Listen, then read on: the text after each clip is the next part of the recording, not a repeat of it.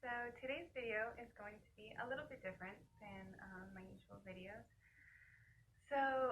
We've had some really interesting energy coming in lately. We had a couple days over the past week where we hit KP0. So what that means is the solar winds are basically not coming in, and so solar winds do play a vital role in the geomagnetic stability of our atmosphere. So when we go to KP0, there's no solar winds to kind of push away the really intense cosmic rays that come into the planet. So what happened when we went into KP0, I think we were in KP0 for 36 hours, and then we jumped up to like KP2 or 3, and that's kind of the range you want to be in. And then for a little bit, we jumped back down. I think we went back down to KP0 for another short spurt, and then jumped up to almost, it was like either KP3 or 4. So that's getting to the little bit higher wind speed range where it's pushing away the cosmic winds. So you're starting to feel the solar winds at that point, so a little bit of geomagnetic unrest. This is really complicated if you don't really understand, but it's kind of important about what I'm going to talk about next. So one of the things I've noticed over the past year since I started following solar weather, the solar winds, and the geomagnetic stabilities is how it affected me and my neurological condition. I have a condition that causes me to occasionally lose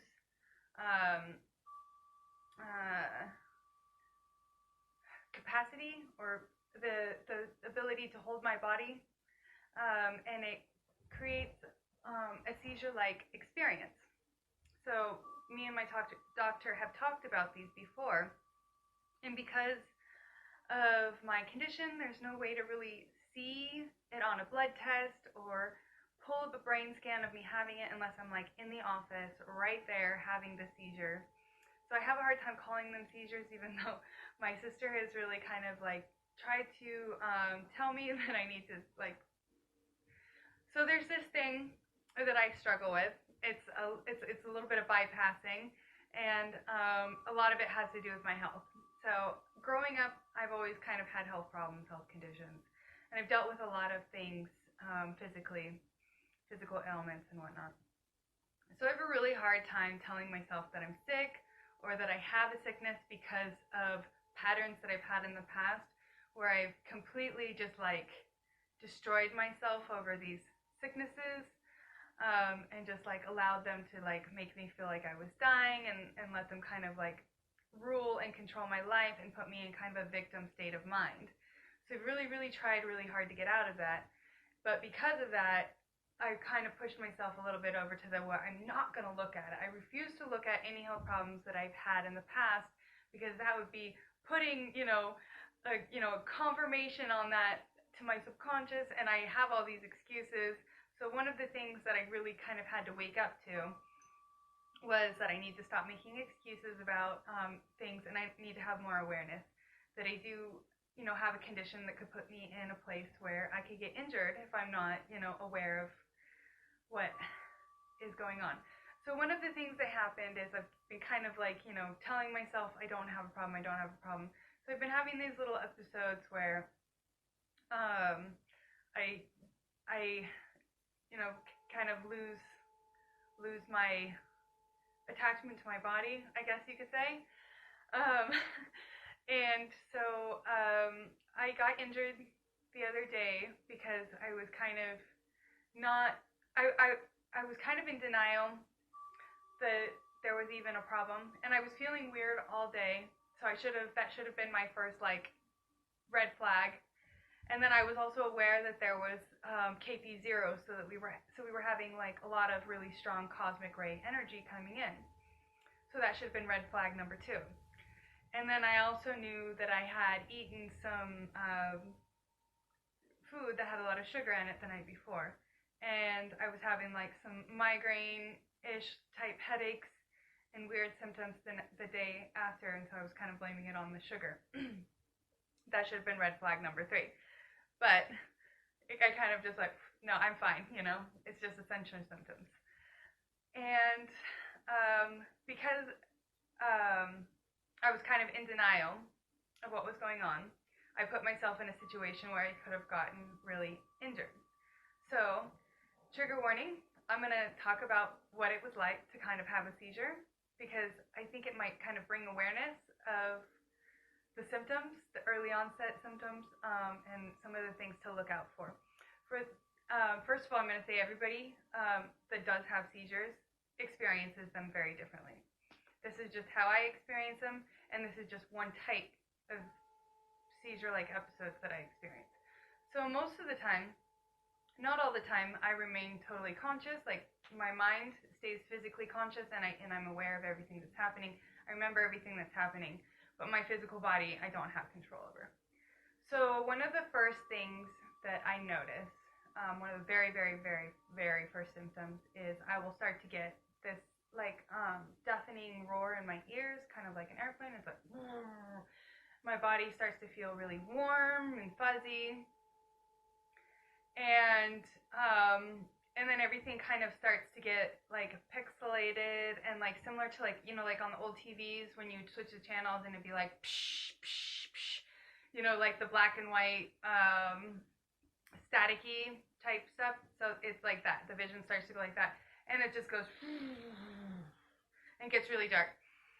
And so what happened was during that, as it's going and it gets really dark, I'm fully conscious, like in my mind, even though I don't have physical control over my body. What happened is I literally like felt myself, I don't know if I was just like in another dimension or just a void space, standing there just in blackness, like nothing at all, just blackness. And then I get this feeling, intense pain, like, oh, just shooting up my back, and I was just like, oh. And so that's when I started to feel my body again, and I realized I wasn't standing, I was sitting down, and I was kind of hitting my head on the back of the door. If you've ever seen somebody have a seizure, a lot of times I'm not exactly sure why that happens, but so I'm like physically bringing myself back to my body and stopping myself from hitting my head, because that was one of the first things. I'm like, I need to stop doing that. As soon as I had that thought, I was able to stop myself from doing that.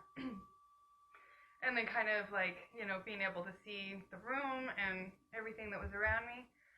So what I realized when this happened was, I apologize. So one of the first things I realized when I came out of it was that I was aware that it was coming on, and that I didn't prepare myself properly for it, and that I could have seriously got injured. And that was the first realization I had. Second realization I had was I need to stop kind of bypassing this and look more into detail of what's causing it.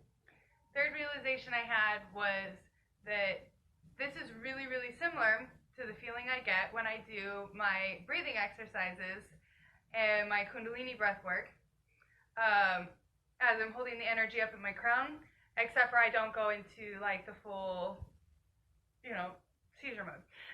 I guess you could say. Sorry about that.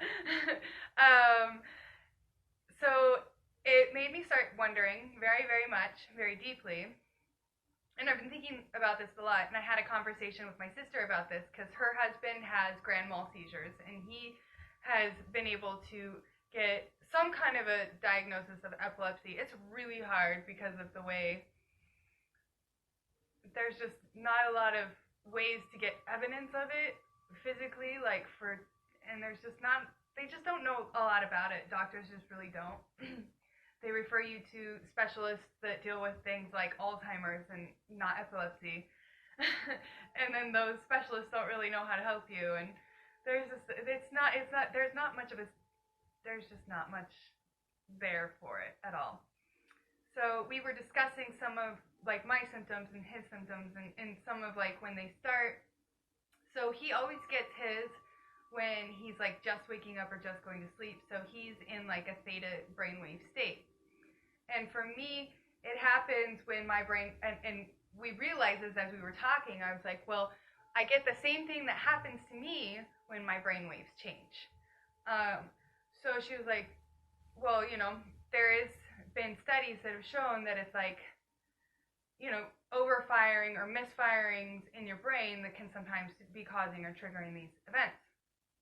So as I'm thinking about this, I'm like, okay, so when you're like doing spiritual work and you're learning how to do like out-of-body experiences or lucid dreaming or anything like that, a lot of the symptoms, as I was kind of watching through these videos, that these people are talking about, that you're going to experience as you're about to essentially pop out of your body, were very, very, very eerily similar to the same experiences that I have as I'm having these episodes. And then I was asking my sister, like, about her husband's symptoms and his experiences, and I'm, like, comparing and contrasting and seeing the parallels. So I'm asking her, do you see that there's, like, a connection here with people who have, like seizures or episodes similar to seizures and people who are very, very psychic, because her husband is very psychic. And often, you see people like the Disney kid that recently passed away that is extremely talented, extremely creative, probably very, very intuitive, and probably very psychic, because he is so like one of those incredibly creatively talented people, and those tend to be very, very psychic people. Also just recently passed away because of, troubles with epilepsy.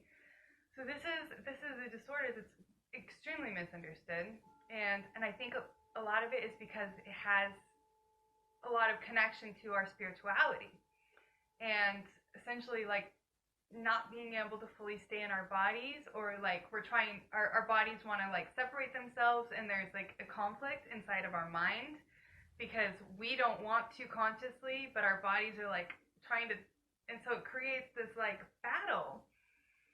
And this is just my perception from my experience, but there's definitely some kind of like a misfiring or an overfiring that happens when that brainwave state switches. It happens like when you switch from your regular, I think it's like an alpha state, to like a theta, or even if maybe you're skipping theta and dropping down to delta. It's hard to really tell. All I know is that like when I experience it, I'm not in my body for a second, and then I come back into my body. And when it's happening, I lose feeling, I lose control. Like if you hit me or I hit something, like when I fell and I hit and broke my tailbone, I did not feel myself hitting anything. I didn't actually feel anything until the feeling started coming back into my body, and then I could feel the pain shooting up my tailbone, but I didn't feel the pain on impact. So there was no feeling in my body as it was like separating itself. And so feel free to leave comments in below if you've ever had, these kind of experiences, and maybe you have advice or you just want to share your story. Feel free. There has been a lot of contemplation going on inside my mind about this and about ways to heal this. So one of the things I've been doing, because when I was talking to my doctor about treatment, basically I'm kind of in a place where there's not much they can do for me. There's really not. There's just like they can do some like experimental drugs, and then they don't even know if they're going to work or what they're going to do to me. So I'm kind of like, so what can I do to put myself in a better situation? What can I do to heal myself with my knowing, with my abilities that I have been developing, and through the new knowledge that I've been developing about, my more spiritual self.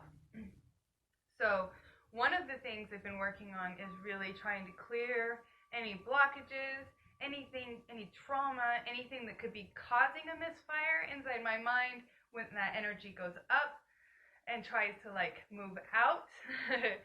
And I've also been, when I do my breath work and I do the Kundalini breath work and bring that energy up to my crown, and I start to feel that fuzzy feeling in my body, and I'm like, and I can start to feel it like, and your body gets all warm, and I get that same similar sensations. I have started teaching myself to consciously, when I start to feel that separation occur, know exactly what my body is doing and which direction it's going to fall, if it is going to fall, and make sure I know that I'm in a safe place, and just being totally aware, and just, I guess, learning how to almost master the sensations, so that if I do have another episode and I'm in a place where I'm not very safe, where I could fall and injure myself, I may have even just that slightest bit more control over my body, or just be able to, in that fraction of a second where I start to feel it come on, put myself down or in a place that I can be more safe through my awareness, instead of just bypassing and telling myself there's nothing wrong, and I'm just going to pretend like there's nothing wrong, because part of me wants to do that so bad, and I have to remember balance, okay?